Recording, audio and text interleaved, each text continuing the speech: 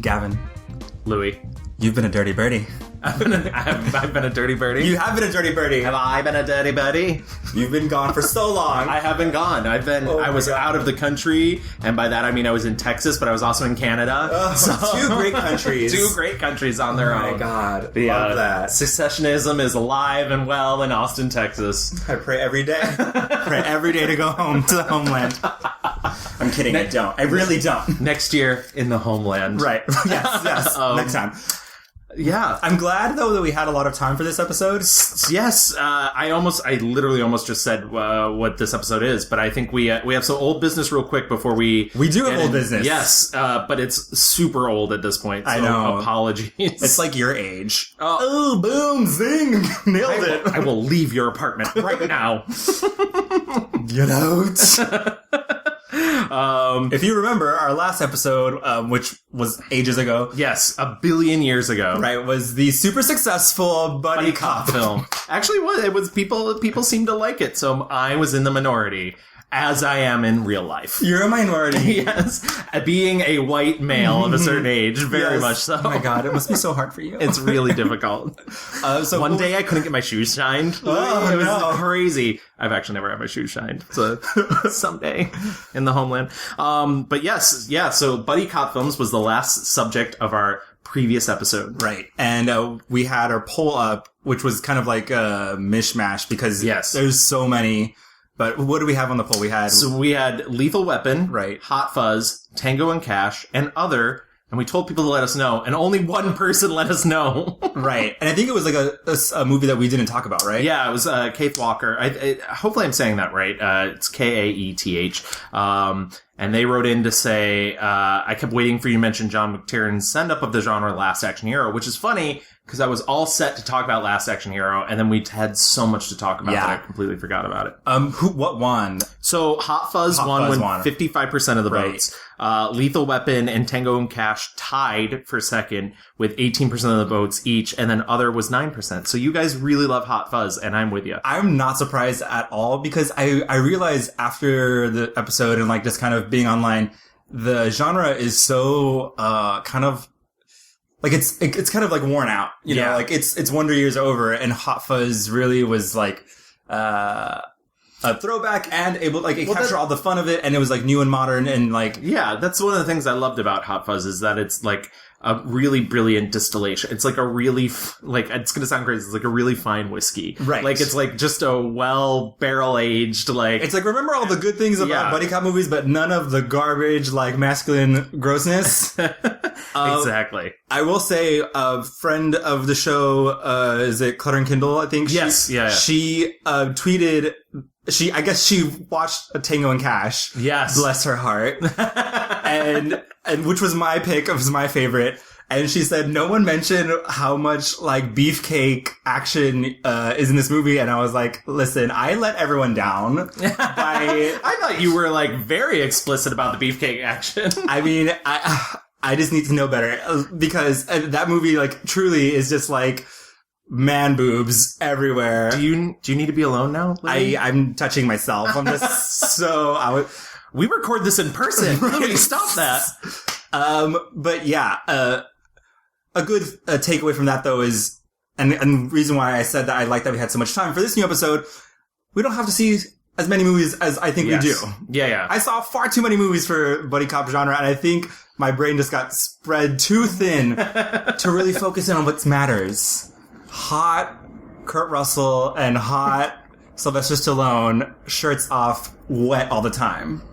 So just focus up, Louie, okay? I will leave this apartment. But yeah, and I just realized too, except for the fact that we said our names, we've been away so long. This is the Mixed Reviews. You're listening to the Mixed Reviews. And since every episode of a podcast is someone's first episode of a podcast, we're a podcast in which we take something in the film world and we distill it down to what works and what doesn't. Right. Literally our favorite stuff and our least favorite stuff. So But yes, so this week's topic, now that we got old business out of the way. New business. And since it's the start of, Halloween starts earlier and earlier every year. And so since it's the start of the spooky season, some people call it fall. They're dumb. Nerds. Exactly.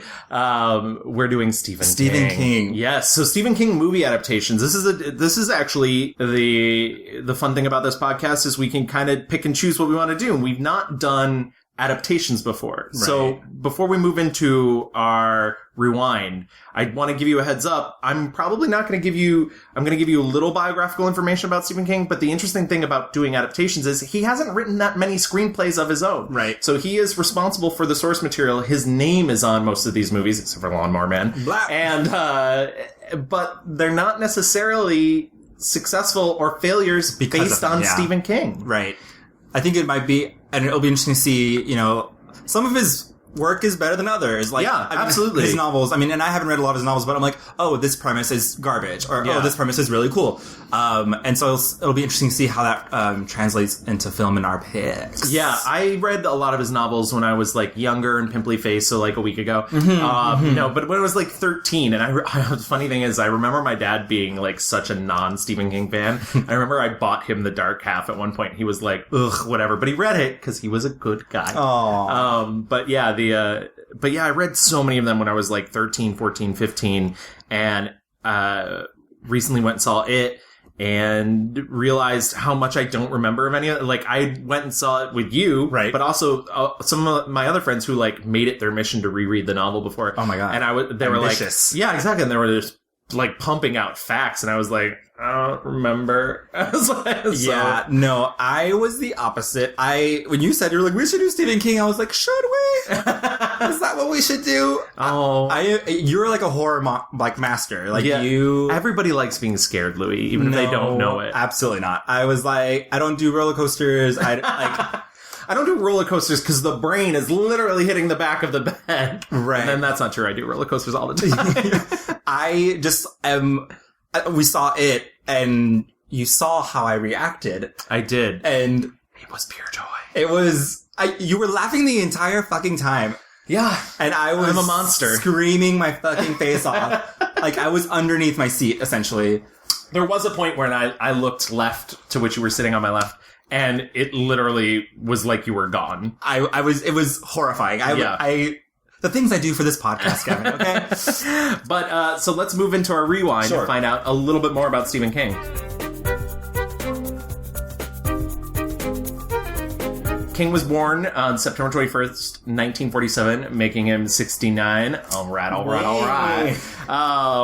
Well, I know, yeah, he's almost, like, by the time this episode goes up, we'll have a couple weeks, and then we can celebrate his Stephen King birthday. All right. His father, Donald Edwin King, was a merchant seaman, and his mother, Nellie Ruth, was born in Scarborough, Maine. His father left when he was, like, 2 years old, and it was literally under the pretense of buying a pack of cigarettes. What the fuck? Like, as cliche as that is. They moved away, and then they came back to Maine, Durham, Maine, when he was 11, where his mother cared for her parents until their deaths. King was raised Methodist, and he's very religious as an adult, and I think some of that comes through in his writing. Really? Oh, yeah. I had no idea. Oh, really? We'll get to that in a bit. As a child, King apparently witnessed one of his friends being struck and killed by a train, though he has no memory of the event. His family told him that after leaving home to play with the boy, King returned speechless and seemingly in shock. Only later did the family learn of the friend's death. Some commentators have suggested that this event may have psychologically inspired some of King's darker works, but King makes no mentions of this in his memoir on writing. By the way, King has written 2 memoirs, and they're actually both really good. If you're interested in his nonfiction work, Danse Macabre and On Writing, I think both of them are really fantastic, but Danse Macabre was written during, like, the cocaine drug era, and... love that. Yeah, exactly. I'm in my cocaine era right now. I'm kidding, I do not like it. From 1966, King studied at the University of Maine, graduated in 1970 with a Bachelor of Arts in English. That year, his daughter, Naomi Rachel, was born. He wrote a column, Stephen King's Garbage Truck, for the student newspaper. King held a variety of jobs to pay for his studies, including janitor, gas pump attendant, and worker at an industrial laundry. If you've ever read The Mangler, it's about an evil. Okay. Yeah, so like you see, he really does a good job at drawing from his own life. In 1973, King's first novel, Carrie, was accepted by publishing house Doubleday. King had thrown an early draft of the novel into the trash after becoming discouraged with his progress, writing about a teenage girl with psychic powers. His wife retrieved the manuscript and encouraged him to finish it. His advance on Carrie was $2,500. King's paperback rights have earned over $400,000. Casual. Yeah. King and his family moved to southern Maine because of his mother's failing health. At the time, he began writing a book titled Second Coming, later changed to Jerusalem's Lot. I can't say that. Before finally being changed to Salem's Lot. It was published in 1975.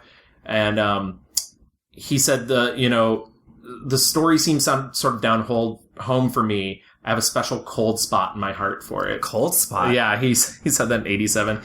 His mother died of uterine cancer in 1974. Literally all of this just sort of leads to now. During this time, he ended up having a massive drug and alcohol problem. Crazy. He wrote a lot on cocaine. When you say a lot, he was a prolific man in the 80s. He was like pumping out like novel after novel after novel. Absolutely. Like unheard of. And he really didn't get over his addiction? His addiction until the 90s. King's addiction to alcohol and other drugs were so serious during the 80s that, as he acknowledged in On Writing in 2000, he could barely remember writing Cujo. Shortly after the novel's publication, King's family and friends staged an intervention, dumping on the rug in front of him evidence of his addictions taken from his office, including beer cans, cigarette butts, grams of cocaine, Xanax, Valium, NyQuil, cough medicine. Let's go with that. And marijuana. As King related in his memoir, he sought help, quit all drugs, including alcohol, in the late 80s, and has remained sober since. The first novel he wrote after becoming sober was Needful Things. I can remember writing The Shining about this dry drunk Jack Torrance and thinking to myself, boy, I'm glad I'm not that guy. I drink a lot, but I don't drink that much. I'm not that bad. And then coming back to it years later after sobering up and saying, I was that guy. Yeah. Because there's whatever your subconscious is, it keeps sending out those messages. I made a decision to believe in God because it's better to believe than not to believe. I came to that conclusion when I realized that I had addiction problems that were bigger than I could solve myself. And so it was easy to say, well, if I've got a power greater than myself, okay, that's fine. I can use that to make life livable and good. His children, he has two children. One's a Unitarian minister. One is a writer himself. He wrote Lock and Key, the comic book. Oh, cool. Joe Hill.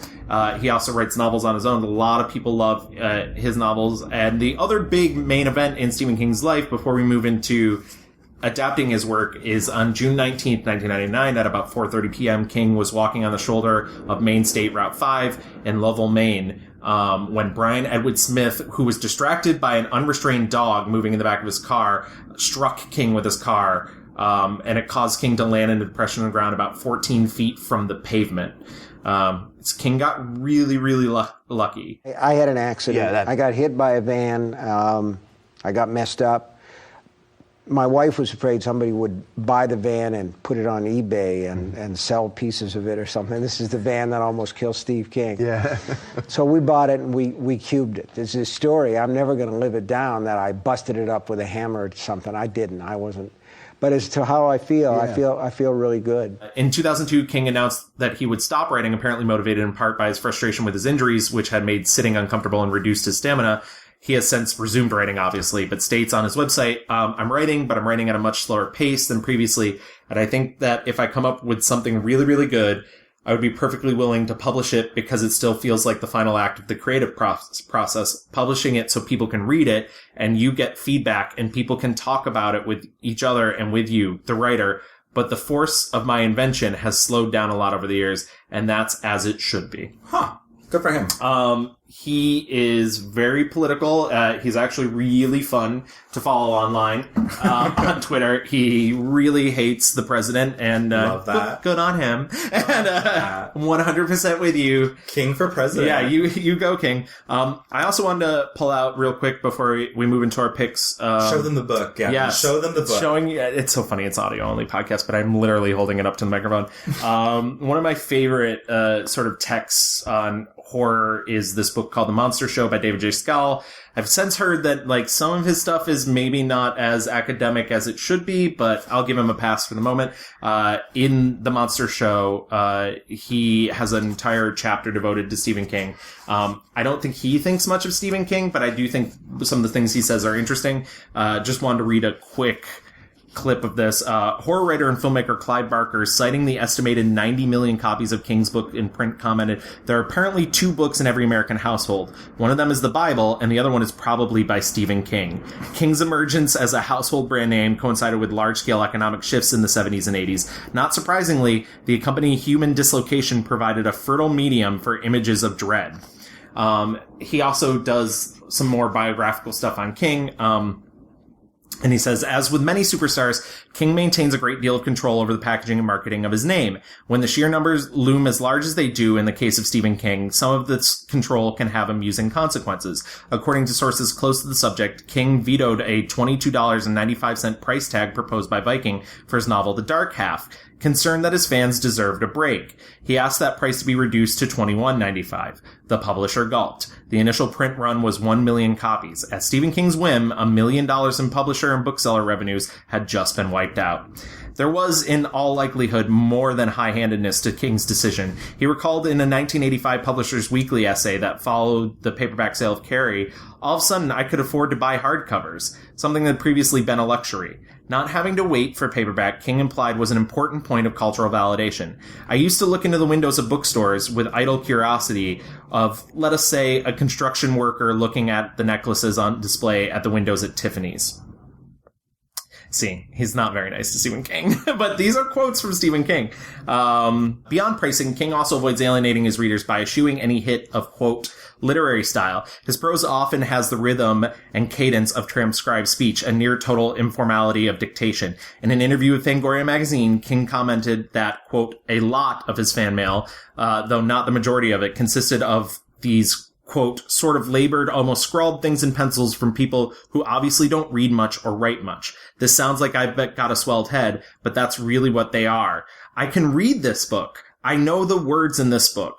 A supreme populist, King almost always appears in his publicity photos casually dressed in jeans and sneakers, eager to chew the fat, ready to knock back a beer. We know he's incredibly rich, yet we know he's somehow one of us. Totally. And like, obviously he's not going to be knocking back a beer. This book is a little bit older. It's from the early 2000s.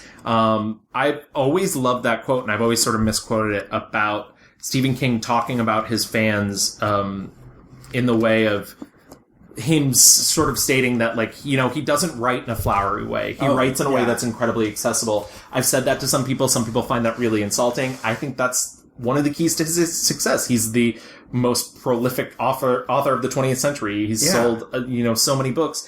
I don't think that's insulting to say that he writes in a way that makes people want to read. That makes people want to read. Yeah, that's a great thing. I don't think, there's like the whole thing, like, oh, it doesn't make you an asshole to be intelligent, but also I don't think it makes you like a fucking numbskull to want to like have like an easy, comfortable, comforting, like, expression or like of content and stuff like that. I don't know. I feel that's like so snooty pants. Like, and it's not a shit on like anyone to be like, you know what? Yeah, I read Stephen King novels or whatever it is, like R.L. Stine stuff, like whatever. It's like he's writing for everyone, and like he thought about people who couldn't afford, hardcovers and stuff like that. And and there's a reason why he has so many books and so many people read them, and that Hollywood is like, let's make some fucking money. Yeah, absolutely. And make all these movies. And like, hopefully I made it clear, and for those who absolutely don't know who Stephen King is, hopefully that made it clear, but he is a horror novelist. He likes to think of himself as a suspense novelist. If you ask the ordinary run-of-the-mill reader if there is such a guy or such a gal, I guess that I write horror novels. I think that what I actually write are suspense novels. What's the difference? I think that the purpose of the horror novel is to sort of gross you out. My idea of it is, and I'm not averse to this, I will do this, it's part of the fun of it, is it's kind of it's a childish thing, the way that humor is. The two things are closely allied. They both elicit, when they work to their best, a vocal reaction from the audience. Laughter, if it's comedy, and a scream or a yell if it's horror. But they're both childish, and it's kind of like when you're a kid and you're sitting at the dining room table and you want to get to your sister or your brother, you kind of chew up your food and then you hang your mouth open like that. Yes. That's horror. Suspense is a little more high class than that, so maybe that's why My mother I used prefer to the say word. that was tasteless. That's tasteless, yeah, that's right. Well, my mother, when I was a kid, used to say, Stephen, your taste is all in your mouth. And that's true, but it has made me relatively wealthy. Yes, it has. Not even relatively. Very. He's like the most, like I've said, most prolific writer of the 20th century, starting in the 70s with Carrie, and just publishing, like I said, one novel a year. And obviously those things are going to be incredibly attractive to Hollywood. Yeah, and it's weird because he's like very normal, but once you get into his like books and like the movies, it's like he's got some shit going absolutely. on. Like there is some wild stuff. There's clearly like, like some of the movies are incredibly violent. I've noticed, and this is my own, so take this on me he doesn't write a lot about sex, but when he does, there's trauma involved. Yeah. And like that weirds me out a bit, but that, he seems to be a good Christian man, so. Right. I mean, there's a lot of trauma in general in these books and these stories, and when it comes to sex, it also kind of like there is nothing good about sex in these. I've read interviews, and I don't want to misquote him, but he's essentially said like he doesn't find writing about sex to be important, so I think that's why like there's not a ton of like But I'd rather have somebody be honest about it than try and read like one of George R.R. Martin's sex scenes that sound like a floppy 13-year-old. Oh my god! What? Did I say that out loud? That's wild. That's from somebody who's only made it 25% through one of George R.R. Martin's books. So wow, whole 25%. Huh? Yeah, exactly. Side note on him, like, I explained it once. I was like, watching Game of Thrones is so different than reading the books. And my friend Tim was like, well, yeah, and like that makes sense. You would rather watch a soap opera than read a melodrama. I was like, oh yeah, there you go. There it is. And the truth has been revealed. Yeah, but or a Harlequin romance. That's what he said. Yeah, and so yeah. Anyways, shall we move into our picks? Do you think that's enough? Is there anything else you wanted to say? I mean, I think we should mention that these movies have been coming out for as long as he's been pumping them out. Carrie was published in the 70s. The first film adaptation was 1976. It was Carrie. Yeah. And as prolific as he has been in his book writing, the movies started coming out literally as he was like proposing them. Like they were not even be published yet. And they're like, we want the rights. We're going to make this movie. Like there was years in the 80s where 2-3 Stephen King movies were coming out at a time. Yeah. So just so you know, like, it was... I think of Christine, John Carpenter's Christine, came out the same year the novel was published. Yeah. The market has been flooded, and it's only been recently that there's kind of been, not as much. I mean, he's kind of had a renaissance recently. Right. Obviously Dark Tower and It and Mr. Mercedes just came out as a show. But in the 80s and 90s, it kind of was like inescapable. Absolutely. So we had a lot to get through. I have a list right here of like over 100 films. Disgusting. Yeah. I mean, a lot of them are remakes, a lot of them are sequels. Obviously, like, in my opinion, I discounted them. Like, if it was like the 4th remake of Carrie or like the Children of the Corn 97, I was like, nope. But, I also didn't watch any TV things, which I know are kind of important, I guess. Like, people really... Well, the thing about the TV thing, and what really shocked me, I watched a couple... I've seen a lot of that. I remember, like, as a kid being, like, excited to watch the TV miniseries. For the ABC, like, event. Yeah, exactly. But what really struck me is... So, Carrie was the first film adaptation in 76. The second film adaptation was Salem's Lot in 79 for TV. And then The Shining came out in 1980, and throughout the 80s... there wasn't a single TV Stephen King thing. It was all theatrical. And it wasn't until the 1990 miniseries, that he went back to TV. And then it's sort of like, as a kid, since that was like my, like prior to teenage years and teenage years, the 90s, like that's where I thought of him as. Yeah. Like I knew, like obviously The Shining and stuff, but like I thought of it as like his movies go to TV. Yeah. Which I couldn't be further from the truth, I'll be honest. Right. But yeah, I don't know, he's had so many adaptations, and it's a really interesting thing to look at. In most cases, my feeling is if somebody buys a book to make a movie out of or a TV series, it's like sending a kid off to college, okay? You hope that they're going to do a good job and that they're not going to get into trouble and they're not going to get expelled and they're not going to be arrested or anything like that. But every now and then, that happens. You just hope for the best, and I've had terrific luck with, between Shawshank, which I really did write, by the way, and The Green Mile and Misery and Stand By Me. There've been a bunch of stuff. Thank you.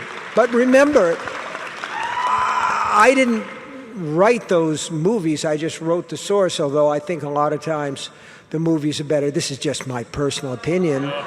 That when they stick closer to the source, they tend to be a little better. Shall we move into our 5-star reviews? Our 5-star reviews.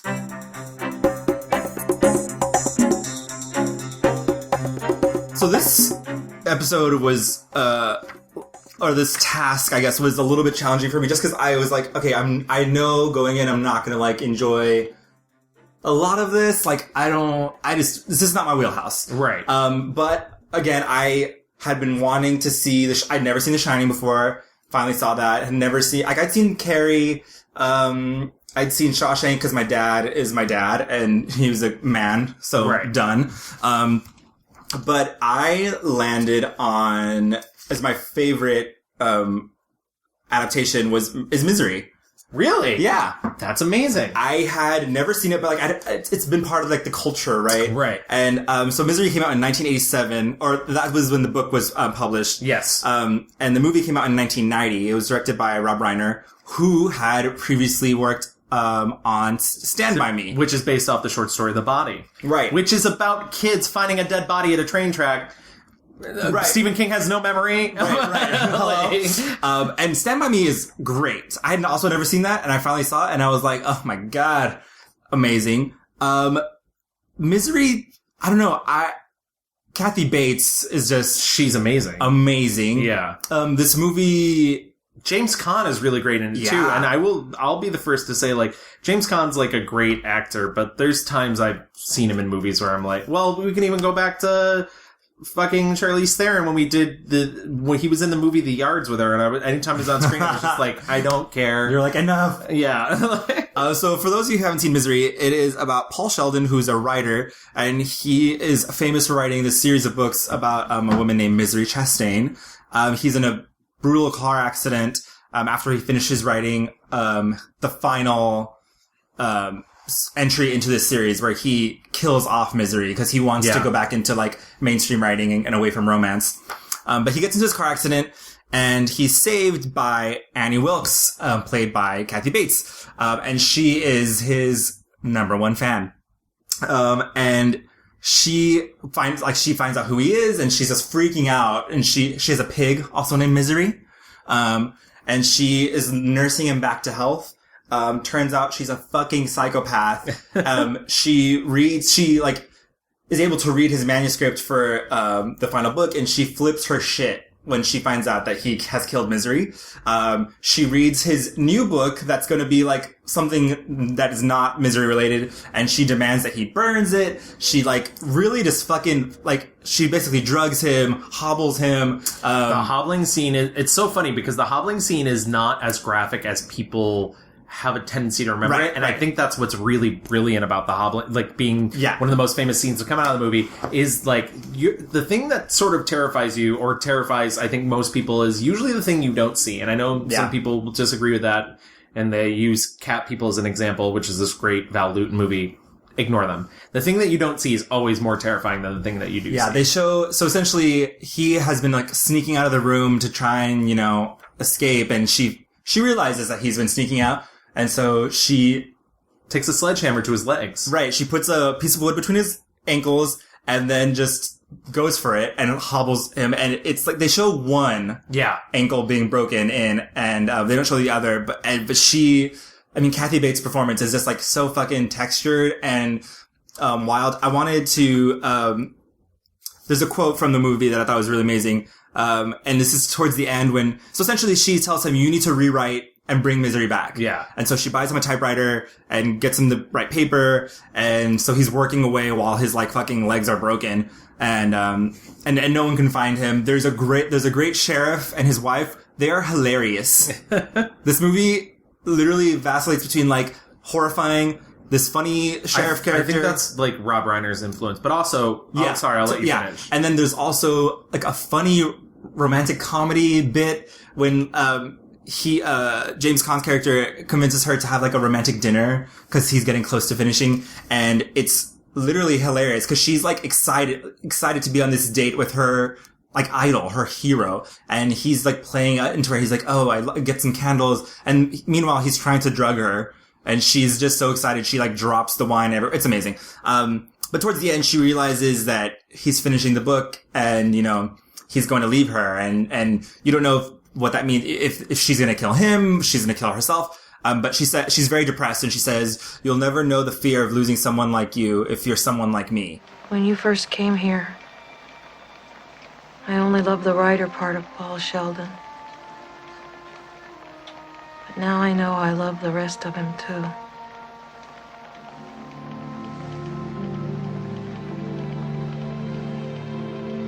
I know you don't love me. Don't say you do. You're a beautiful, brilliant, famous man of the world, and I'm not a movie star type.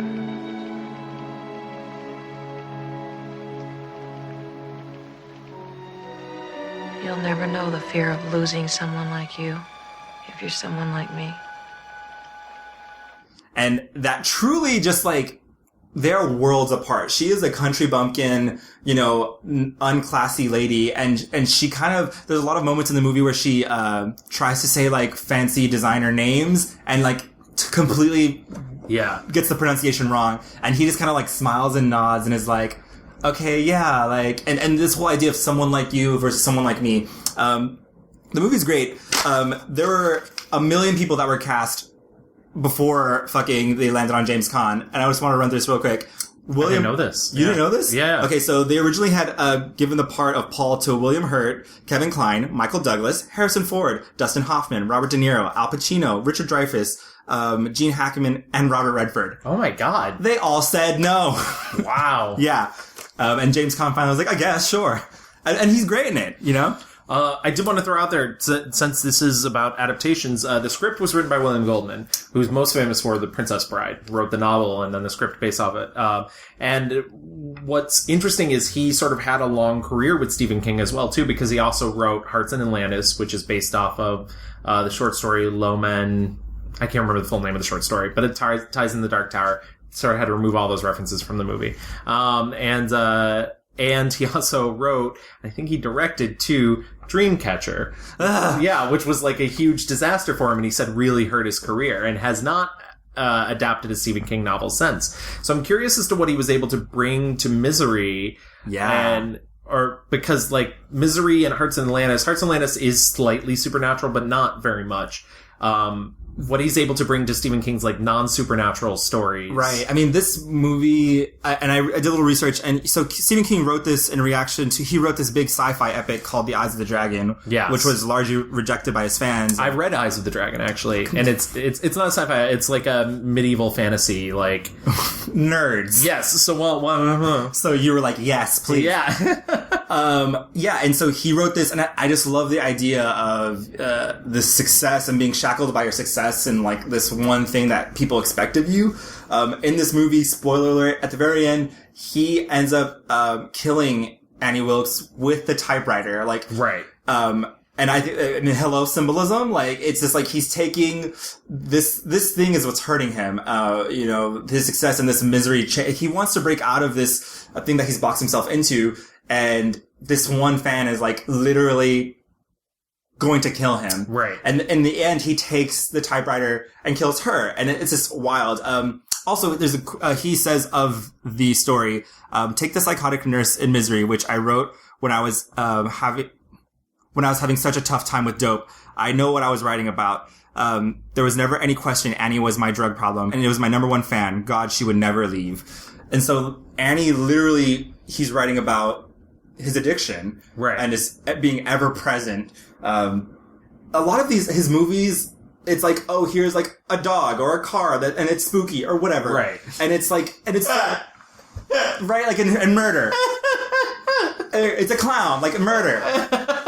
And like, it's very one note. Like, I felt like this was so textured, and it wasn't just like this crazy, I mean, yeah, she's a crazy fan, but, it really felt less like they were taking advantage of the situation. I think a lot of his books are kind of problematic. Yeah. A lot of stories are kind of like, oh, being crazy or psycho or whatever, like mental. Well, I think there's definitely, it's interesting because I was thinking about this when we were watching it as well too. Like, the book, it takes place in both the 50s and the 80s, and one of the things I like about the book is the idea that, like, it's sort of a condemnation of both the conservatism of the 50s versus the conservatism of the 80s, because really those are, in American history, like, the most prominent, like, times of conservatism that we've had, in the 20th century. Right. And, but it's funny because, like, I don't think Stephen King looks on those fondly, but I do think some certain filmmakers pick up on those things and think about it as like because that's the thing, like, Stand By Me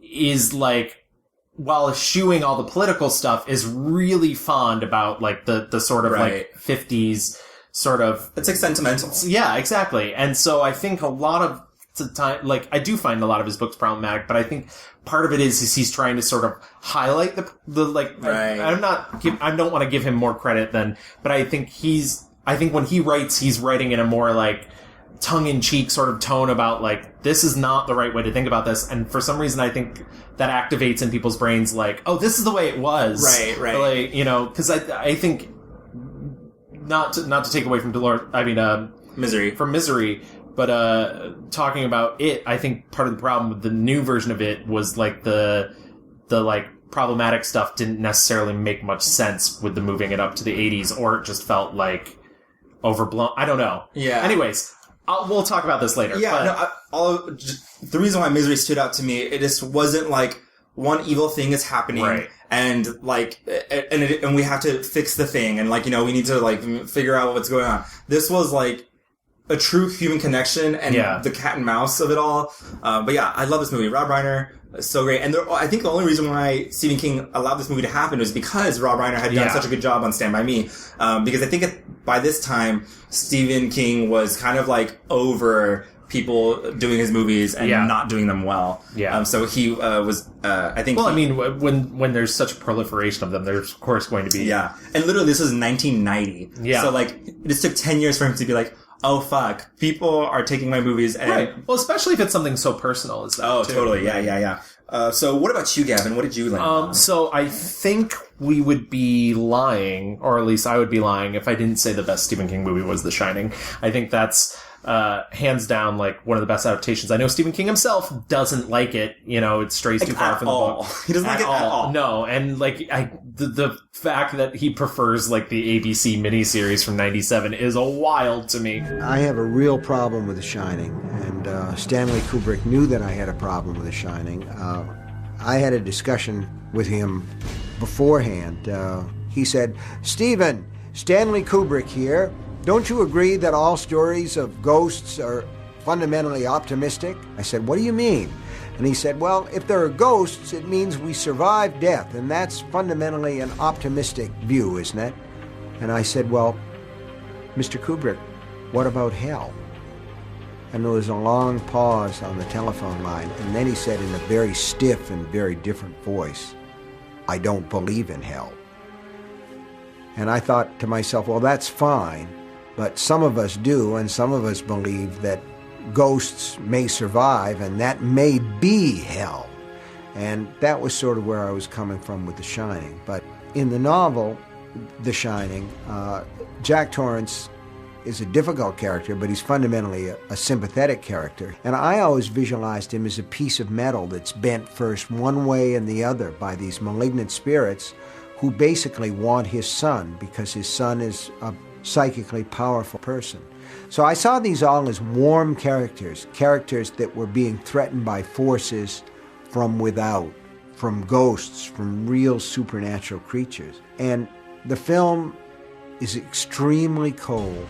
Stanley Kubrick saw The Haunting as coming from Jack Torrance, from the Jack Nicholson character, whereas I always saw it from outside. So we had a fundamental difference of opinion about it. I always thought that the real difference between my take on it and Stanley Kubrick's take on it was this. In my novel, the hotel burns. In Kubrick's movie, the hotel freezes. You know, I have one complaint about The Shining, which is just the only thing, like, Stanley Kubrick's so cold, like, his movies are very cold, that I don't think he understood that Jack Torrance is supposed to be sane before he's like a violent drunk. He has problems, but, like, he's, like, a sane person before he and there's this scene in The Shining as they're going to the hotel, and, like, the Danny Torrance, the son, says something about the Donner Party, and, Wendy, played by Shelley Duvall, is like, where'd you hear about that? And he's like, I learned it on TV. And Jack Nicholson goes, he learned it on TV. And I was just like, oh, he's nuts before they get there. Right. It's like, turn it down, Jack. There's no character arc for Jack in that movie. He just goes from nuts to nutser. But one of the things I like about doing this podcast, I don't sort of have to pick the obvious ones. I can sort of pick, so obviously, like, that's the pinnacle, I think. That's wild because I'd never seen it before. Yeah. And I finally did. And again, I know this movie in culture. Yeah. Out in the real world or whatever, or the internet. And I watched it and I was like, so this is what everyone's been talking about, huh? Well, I think definitely the reputation is sort of... It's hard. I mean, I realized coming into this movie that's already been, like, out in the universe for so long, I was like, I guess that's kind of creepy. And I was like, oh, this is, like, the cool, like, blood scene. But I wasn't as That's thrilled. Funny. Usually the blood gets off on the second floor. Sorry, it's a I just wasn't terribly thrilled by it. Yeah. I mean, Shelley Duvall, and when she's, like, right there in his face. Oh, and Kubrick put her through hell. Like, that's definitely one of the negative things about that movie. I heard about that. He, like, awful to her. Like, art's important, but humans probably first. Right. Yeah, because Kubrick's not really interested in humans. Right. If you watch his other films, you'll find that out. But what I think is, like, the really unsung masterpiece of Stephen King adaptations is Dolores Claiborne in 1995. True queen. And it's really funny because it also stars Kathy Bates. Yes. So this was only a couple years after Misery. I read Stephen King wrote this for her. Yeah, exactly. And what's really cool, too, is the novel, which I've read, is one of the only Stephen King books written in first person. Oh, cool. So, like, it's not read like his other novels. I just think this movie is wonder's I don't think there's anything bad about it. Yes. Directed by Taylor Hackford, who's had sort of a spotty career, but he's married to Dame Helen Mirren, by the way. Yeah. In fact, the Judy Parfitt, who plays one of my favorite roles in the movie, was a friend of hers, and she... let me explain the plot real quick. Screenplays by Tony Gilroy, by the way, who went on... he's, like, Academy Award nominated. He wrote Michael Clayton. He co-wrote and, like, sort of ghost-directed Rogue One, a Star Wars story. As everyone in Hollywood has ghost written or directed. Yeah, exactly. Like, so he's very famous. But he also wrote Armageddon and The Devil's Advocate, so whatever. Genius. And the Bourne movies. But, Dolores Claiborne's about, a woman on Little Tall Island in Maine, is accused of murdering she's a maid, and she's accused of murdering the rich woman she works for. And her daughter, Jennifer Jason Leigh, who has, like, escaped her and sort of, like, escaped her, like, lower class roots and gone to the big city to become a reporter. A ruthless reporter. Yeah, exactly. Comes back to town, because their mother's been accused of murder. And during this, there's also Christopher Plummer, who's a detective who's like really gunning for Dolores Claiborne because years ago, Dolores Claiborne's husband mysteriously died during a solar eclipse. And everybody thinks Dolores killed him and got away with it. And he wants to make sure that she doesn't get away with it this time. And what's interesting about the movie is, like, Dolores herself is a very haunted woman by this event, by her abusive husband, who was played by David Strathairn, who's really fantastic in the movie. And, like, I'm always so used to him playing good guys. So, like, this is such a shock turn for me. And... you know, she's haunted by him. Perhaps her mental health is slightly failing as well, too, because she seems to be living in these flashbacks that she keeps having to the solar eclipse and through her life of being employed by this rich woman. And her daughter, who, like, hates her. They're estranged. They're estranged. And her daughter believes that Dolores killed her father and only remembers the good things. Doesn't really remember them fighting in a way that wasn't, like, brought on by Dolores. Which is, you know, selective memory. Stephen King not remembering his friend being hit by a train. Hello. And I just think this movie's, like, a really, really beautiful adaptation of you know, a woman who's been through trauma, who's tried to do the best in her life, and now it's come back to haunt her in a way. And I don't know if I don't want to say too much because I think that the turn at the end, which brings her daughter sort of back into her life, is really great and one of the most disturbing in a non-horror sort of way. This movie is intensely satisfying. It's 100%. Because it's a noir, essentially. Like, absolutely. It begins like, you're like, oh, they kind of set it up like, it's a whodunit. Right. And they have like the main character who you think has done it. And I remember watching it at the beginning and being frustrated because all of the characters are so like hard and rigid. Yeah.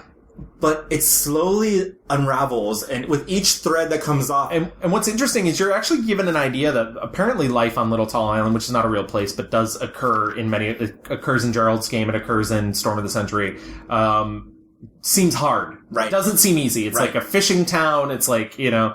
I love this.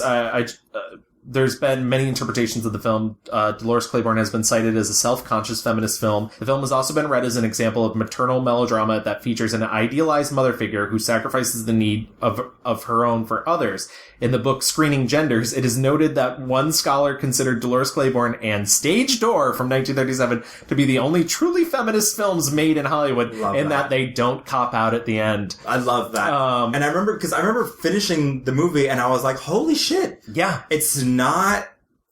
there are so many easy Hollywood ways out of this movie. Yeah. And it doesn't take any of them. So her employer, the one that she's accused of killing, who is a really stern sort of like, you know, like... She's a society lady. Yeah, she like Dolores, like she makes Dolores hang the clothes down by the water, down from a hill, and there's because that's the way the wind blows. Exactly. She's a scene where she's like holding a martini glass, and she's like, 3 pins, Dolores. You know how I like them. Yeah. and that's the entire movie, like, of her just being very specific on how she wants, like, the windows done and all her laundry. It's insane. And you, like, really, like, this bitch deserved to die. Yeah. But then also you, like, get to learn, you get to know her as a fully fleshed out character. And that's the other thing is, like you said, everybody seems harsh. And then, like, the movie finds really interesting ways to flesh everybody out, including Christopher Plummer, who's really like a single-minded, like, I need to get this woman for the murder. So Jodie Parfait plays her employer, and I just want to talk about her really quick because apparently, Helen Mirren. Helen Mirren, told Taylor Hackford to cast her. She was a stage actress, who did some TV and stuff, but she was a friend of Helen Mirren. Helen Mirren was like, you need to... So he brought her in for an audition to read with Kathy Bates. And she read a scene with Kathy Bates and she left. And apparently Kathy Bates turned towards Taylor Hackford and just goes, who was that? You need to hire her. And I love that. Like, Helen Mirren's friend. Helen Mirren. I want to be Helen Mirren's friend. Yeah, exactly. Put me in something with Kathy. Yeah. And, I think it's all around beautiful. You know, it's gothic in a way that's not obvious. And, like, I think everybody pulls a really great performance. I mean, how Jennifer Jason Leigh did not win an award for this movie. Yeah. I don't understand. She's really brilliant. Kathy Bates is obviously really brilliant. Kathy Bates has said in interviews she thinks that this is the best role she's ever played, which shocked me because I actually would have assumed that it would have been Annie Wilkes. It would have been Annie Wilkes, but I think maybe the more roundedness and perhaps the way it ends is more to her liking. Yeah. How did you feel about her accent? Because I was a little bit confused. I think her accent was better than I think I only watched one season of American Horror Story with her in it. American Horror Story is a piece of shit. Don't watch it. Right. And I think she did a main accent in that, and I was like, whoa, what are you doing? Is it a main accent? Yeah, that's what it's supposed to be. I had no idea. I was like, I don't know where this person's from. It seems vaguely Southern, but it's funny you chose Dolores Claiborne, because I remember I texted you about a new segment I wanted to put in Yes. the podcast. Oh, I think everything in Dolores Claiborne is instantly quotable, but why don't you? Right, and so I think I want to call this segment, She Said What? And there are so many good quotes in a lot of Stephen King movies, but Dolores Claiborne truly has one of the most iconic quotes said by Miss Judy Parfitt as, what's her name? Vera Donovan. Vera Donovan. And so just roll the clip, and here it is. So there's two of them, but the first one is, an accident, Dolores, can be an unhappy woman's best friend. It's a depressingly masculine world we live in, Dolores. Maybe I'm wrong. What if you're right? Husbands die every day, Dolores. Why? One is probably dying right now while you're sitting here, weeping. They die and leave their wives their money. I should know, shouldn't I? Sometimes they're driving home from their mistress's apartment and their brakes suddenly fail. An accident, Dolores, can be an unhappy woman's best friend. That was the tagline of the fucking movie. Right. Too, nonetheless. The best one, though, and the one that is, sometimes, Dolores, sometimes you have to be a high-ride bitch to survive. Sometimes being a bitch is all a woman has to hang on to. And I love the fact that line is, like, the first time you hear that line in the movie, Dolores says, sometimes being a bitch is all a woman has to hang on to. Right. And you don't think, like, you're like, oh, it's clever, whatever. You don't think it's going to come back. But you think also, like, this is talking about what Dolores and what she feels, and, like, this is, like, informed by her, and you don't even realize it's not from her. Like, this is learned from some other woman. Right. Vera Donovan says it to her.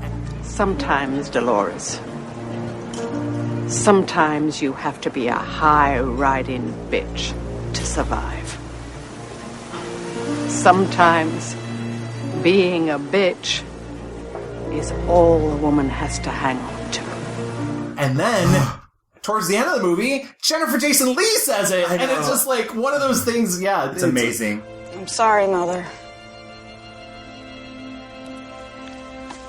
Sometimes being a bitch is the only thing a woman has to hold on to. There's a ton of... Truly feminist movie. Yeah, it's so funny because those literally would have been everything I would have picked too. Please go see Dolores Claiborne. It is so fucking good. And I would also like to give a shout out to, I know this will only interest a very small portion of our audience, New York City Opera is doing the New York premiere of a Dolores Claiborne opera later this year. I'm seeing it in October, and I'm very, very excited for it. That sounds amazing. So, yeah, it's a contemporary opera. It's sung in English. If you're worried, if you are one of those people that's like, oh, I couldn't possibly like opera, like, check out an opera in English. I think it'll change your mind. You'll be fine. Yeah. Also, Gavin does opera because he's a fancy bitch. Oh, fancy bitch. Don't look at me, Louie. All my money's tied up in cash. Oh, you dirty birdie.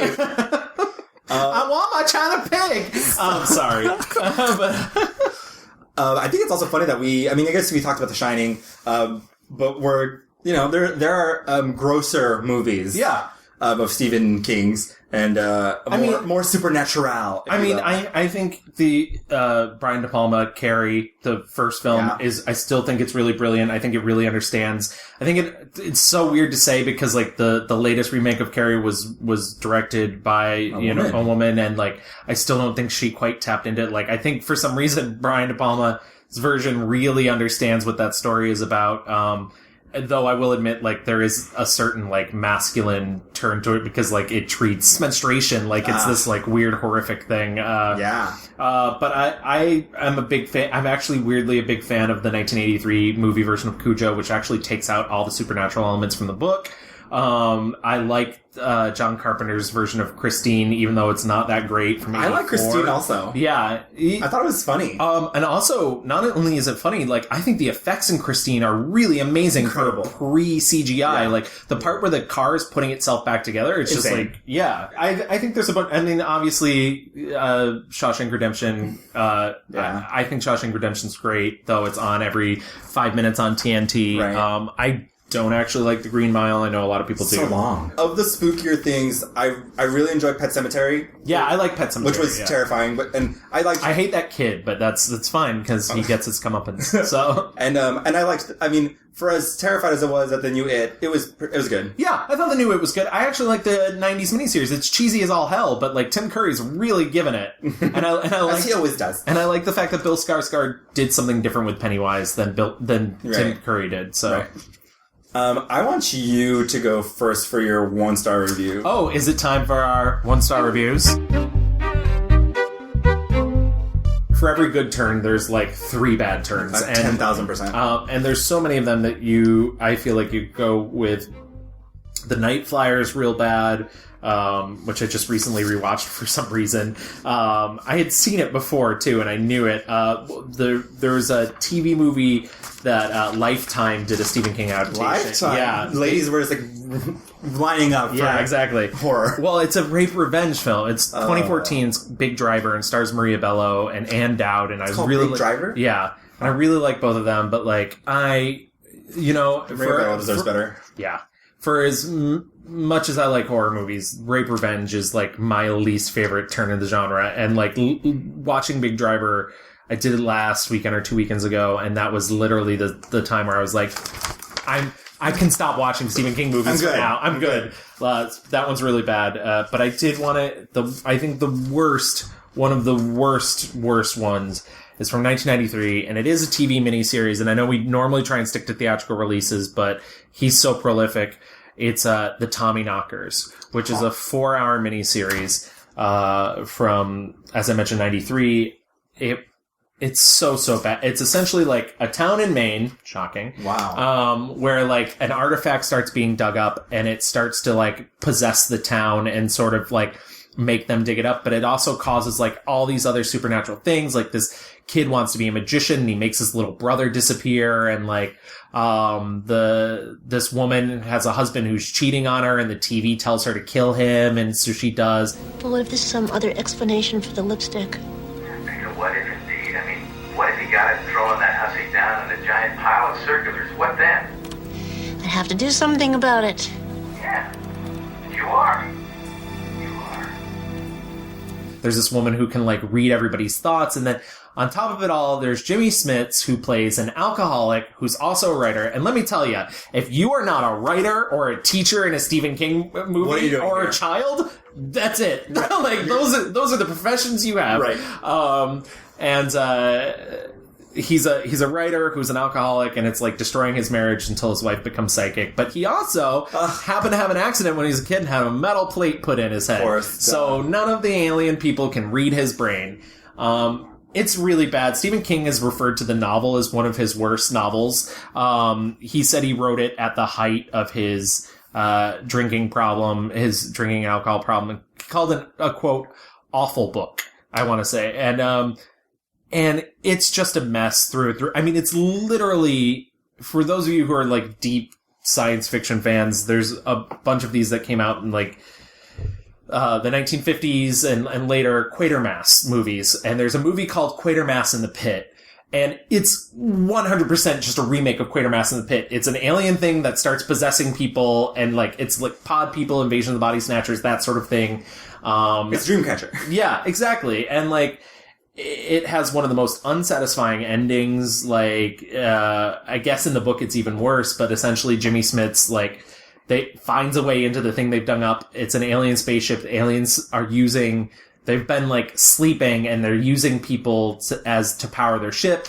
he like takes control of the ship and flies it out into the atmosphere and blows it up. Apparently, and like everybody in the show, like in the movie, everybody's sort of fine afterwards, but in the book, apparently they all die. Like everybody that was possessed. I feel like the books are a lot more gruesome. Yeah, they're usually darker. I feel like, but like Mark Helgenberger from CSI is his wife in the movie, and I just feel bad for everybody involved. Robert Carradine is in it, and he like his son's the one that goes missing, but he becomes obsessed with making a machine that can create like the best BLT or something. What? Like it's just the most random collection of things. It's sort of like the criticism that people lobby against Stephen King, which is like he takes something that's normal and is like make it spooky. Right. What network put this out? CBS.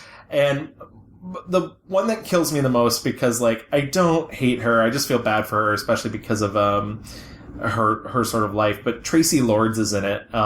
Tracy Lords, if you don't know, is one of the most famous porn stars in the world, and if you've seen one of her porns, you're most likely a creep, because they were almost all done before she was 18. Really? Yeah, and I'm getting my phone. Yeah, and so she then transitioned into acting. She's been in John Waters films. She's in the first Blade movie. She's actually really good in the first Blade movie. But she's awful in this movie, and I think it's because they hired her to be Tracy Lords. I think they hired her, like, she plays a sex symbol. She invents, like, a lipstick that, like, disintegrates people in the film. Yeah, and it's awful. It's just a collection of awful, awful things over and over and over again. So yeah, do not see. I think what disappointed me the most was, it was ABC. I'm sorry, not CBS. Oh, ABC. What upset me the most is this is something people that are slightly younger than me are not going to like as much. But we used to have these things called video stores, kids, and the horror movie section of the video store for a long time, until I was like a teenage. My local video store wouldn't let me rent anything R-rated till I was like 13. Really? Yeah, and so a full 13. Wow, I know. And so I remember like the boxes, the artwork to every, and the Tommyknockers was one of those movies that just has like the scariest looking artwork and everything.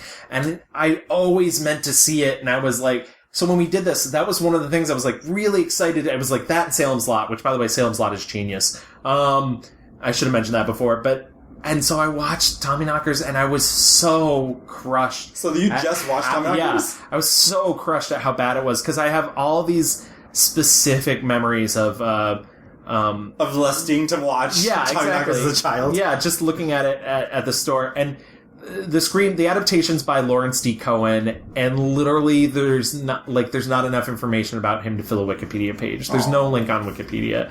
So, as you can imagine, not great for his career. Crushing. Yeah. Tommyknockers is a piece of shit, and I do not recommend it, unless you're like in the mood to really just hate on yourself. Love that. But, Jimmy Smits is real bad in it too, and I actually don't mind him, so. Yeah. Doesn't make good decisions sometimes. No. So what is your 1-star review? This is going to be a controversial pick. Oh, interesting. Don't at me.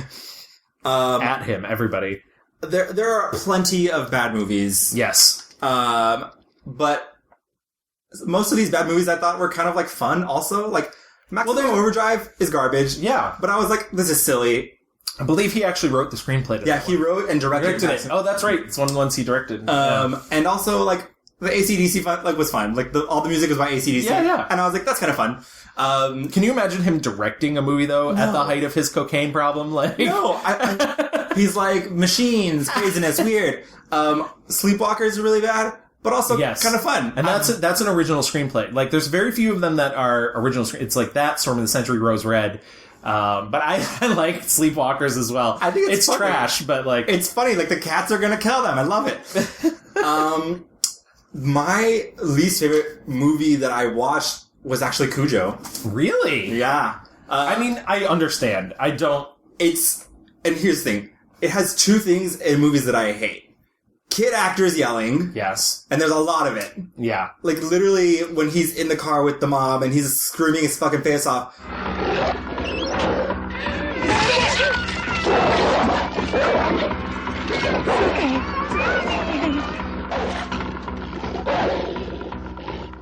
See? Oh, there's no mom.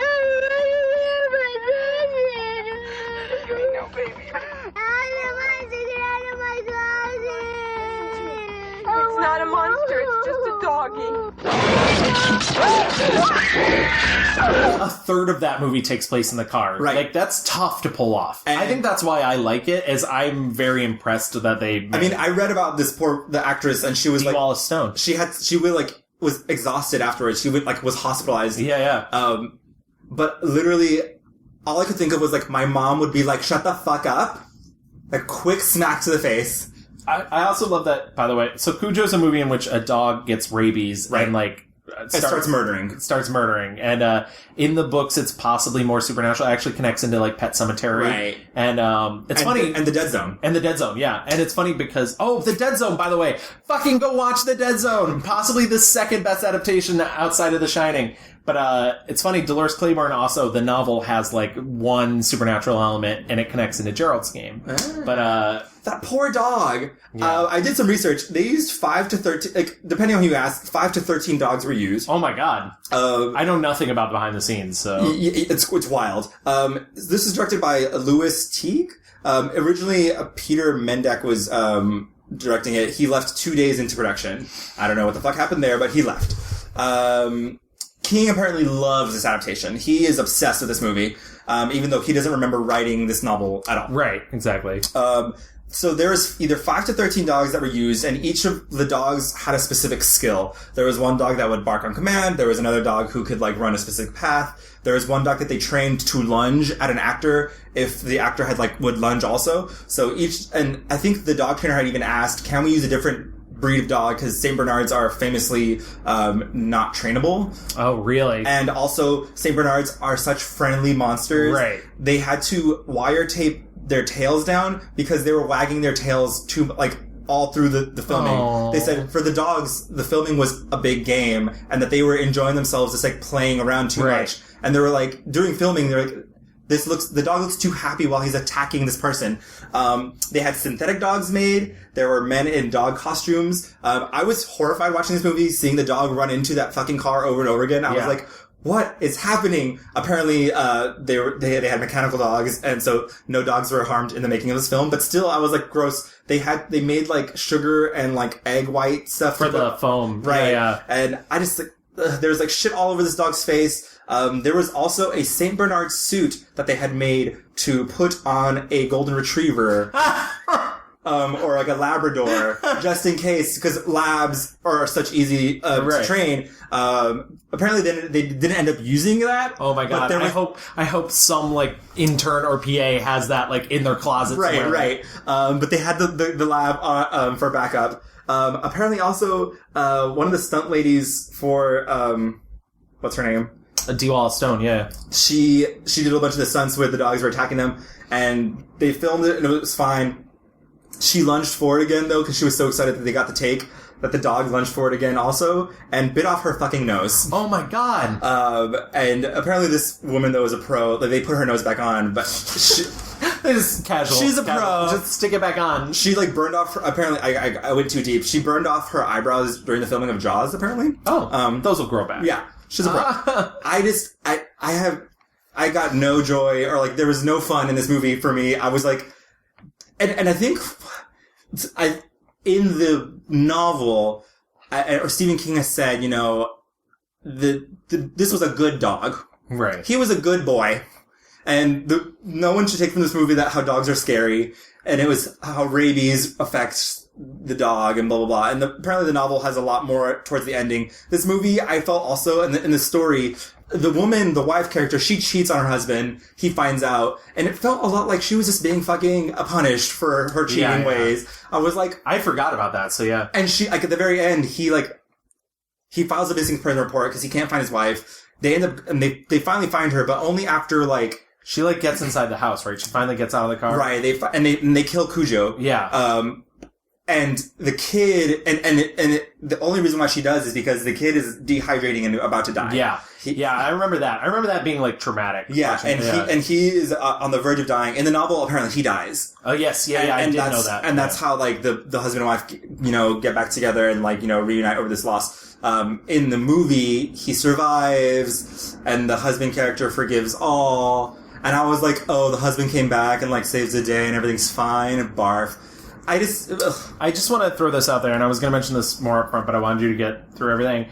The fun thing about Stephen King having now written for 40 years is that times have changed so much that Cujo is one of the few of his novels that I think just really could have been solved with cell phones. Right. 100%. Yeah. Like, literally.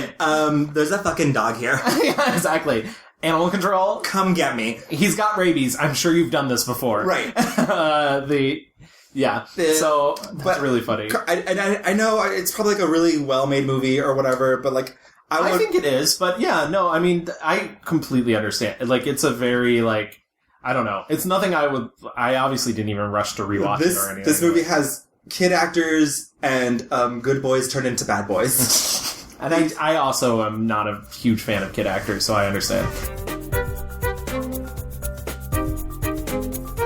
So I guess that should move into our fast forward. Then. Yeah. I guess, So as we mentioned before, we both saw it. Yes. It is out in theaters, and it is making, like, mucho box office. For some reason, even though they're talking about it, and they're talking about casting the sequel, because for those who don't know, it's a 1,200-page novel. It takes place both with the characters as adults and children, and both adaptations have decided to do kids first, adults later.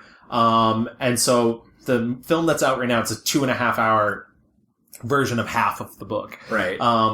New Line, even though they've been planning it as 2 movies for years, still has not greenlit the second film. But I'm sure it's going to happen. It has to happen. Right. And also, because of, like, this bump, obviously, Stephen King's, we're gonna be doing so many more remakes, so many more. Right. I'm sure somebody will remake The Shining at some point, some idiot. But he does have a lot of other things coming up besides it. Also, Dark Tower this summer, which was a flop. Big disaster, and that's been planned as like a 5-movie thing with TV series in between. I saw Dark Tower. I think it was trash. I didn't watch it, and I just can't imagine from the financials that anyone's like, yeah, let's do more of these. I know, and that's what I'm curious to see if they still decide to move forward with that. But that's also a movie, like, the main character, they decide to go with, like, a kid, and I was like, great. Boo.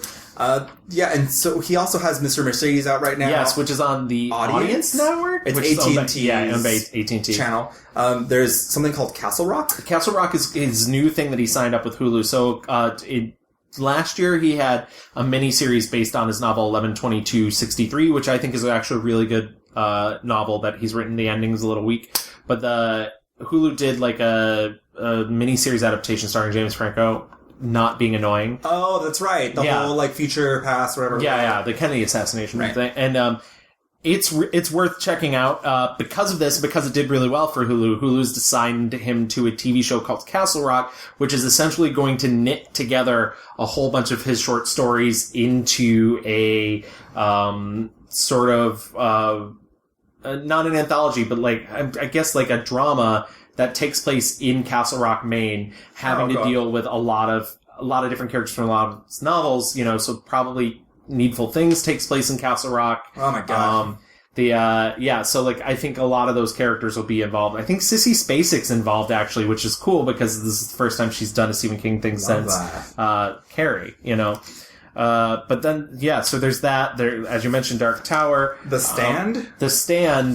Which... A remake, I guess, because they made it was a TV movie? Yeah, and I'm curious to see if, what is gonna happen with The Stand, especially since, So Josh Boone's attached to it, as director. But it's been delayed. It's delayed while he's working on New Mutants right now. Oh, okay. Because the character that McConaughey plays in The Dark Tower is essentially the Randall Flagg character who is the villain in The Stand. To my knowledge, it's been I've read both The Stand and a lot of The Dark Tower. Randall Flagg's also the villain in The Eyes of the Dragon. Oh, no way. So it's all interconnected Stephen King thing. I'm curious as to what they do with The Stand.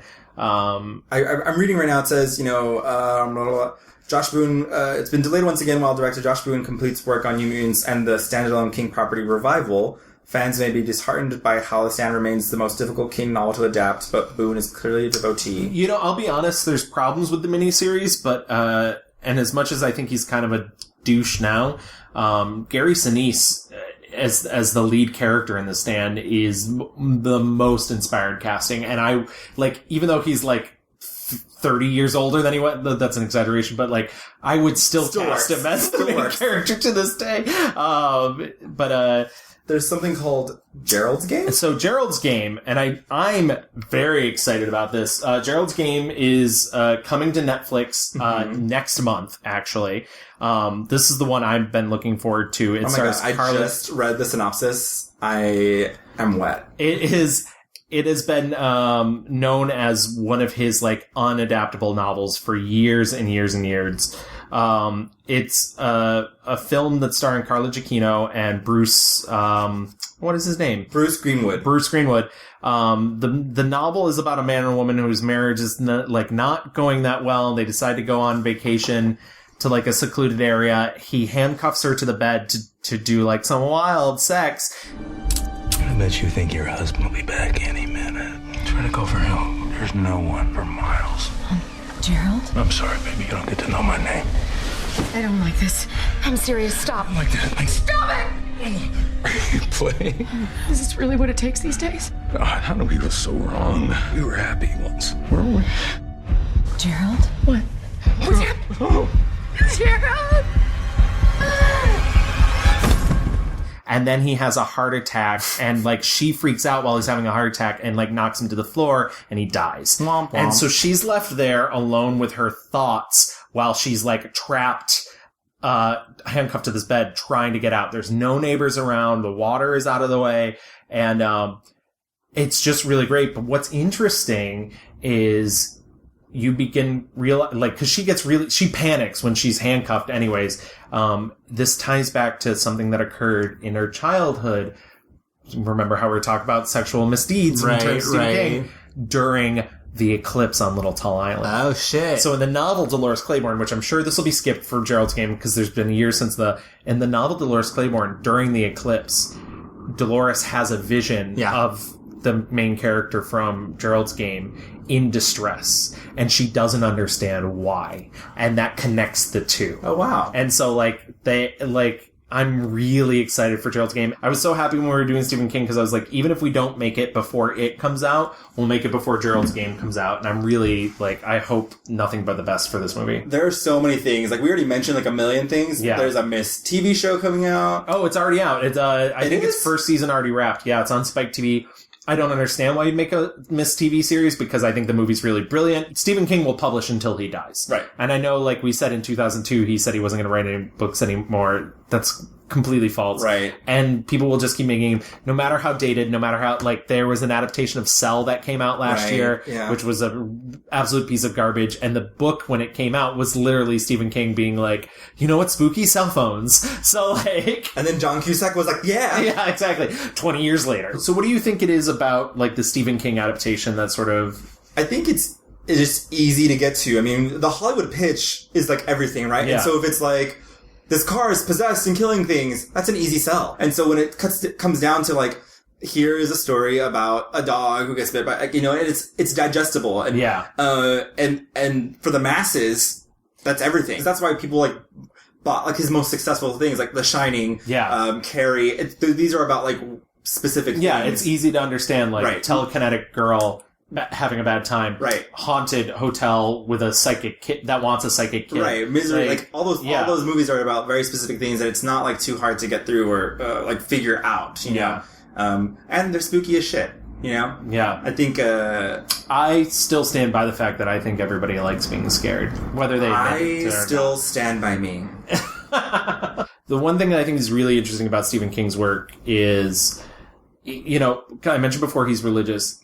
There is a 100% belief in him in good and a 100% belief in evil. And I think he thinks of them as sort of exterior forces you know, like it's not necessarily evil people or good people. It's like it's like a force that makes an evil hotel, or like in Salem's Lot, it's like an evil house that brings the vampires in.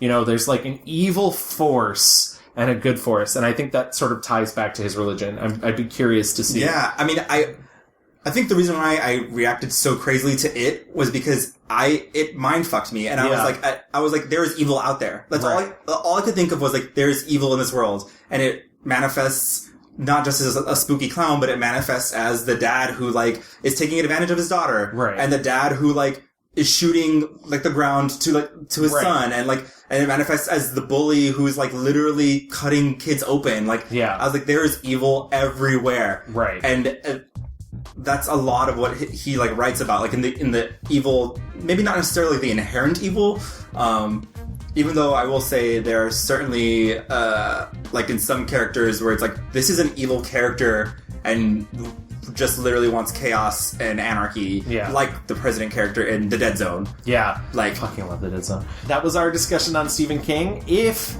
you have any thoughts, some spooky thoughts yourself, and you want to contact us, you can find us many ways online. We're on Twitter at The Mixed Reviews. You can find us on Facebook, just type in The Mixed Reviews. Or you can send us an email at reviewsmixed@gmail.com. You can, Yeah, you can download us like literally everywhere. Google Play, iTunes. We're like, we have some episodes on SoundCloud.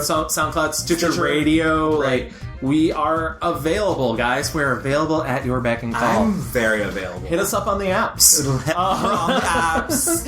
LinkedIn, Christian Mingle.